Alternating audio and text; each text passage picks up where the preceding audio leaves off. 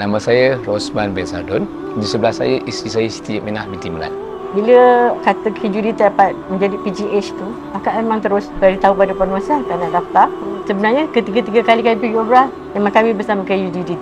Sebab kami rasa dia yang terbaik untuk kami lah. KJUD menyantuni, memahami kehendak, jadi melayani kita. Apa yang kita nak ada pada KJUD. Model kata orang tu terbaiklah. Sebab apabila kita tanyakan dia akan jawab spontan. Walau Waimah sekalipun, kita mesej dengan dia akan jawab. Kalau untuk Mushrif semuanya berpengetahuan dan segala masalah yang kalau kita tak tanya dengan sirah-sirah Nabi yang diorang tahu, yang berceritakan, rasanya macam kadang tak pernah dengar cerita ni. Allah, baru kita tahu. Tengok dia, Muslimnya pun bertanggungjawab. Contohnya, Ustaz Yazid sanggup menolak jemaah kita daripada Minah dengan beg besar sekali. Dia tidak pernah mengeluh walau sepatah sekalipun. Haji, umrah tak sama bagi saya.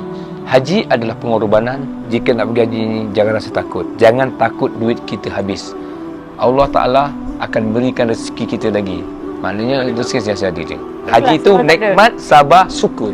Syukur dan nikmat segala. KJUD terbaik, insyaAllah. Semuanya terbaik. Apa kita tak ada, KJUD cuba membantu. Tak ada biasa masuk, dia membasuh. Walaupun ada masalah, CEO tu sentiasa senyum saja. Dia tak pernah cakap tidak. Dia sentiasa ya dengan senyumannya.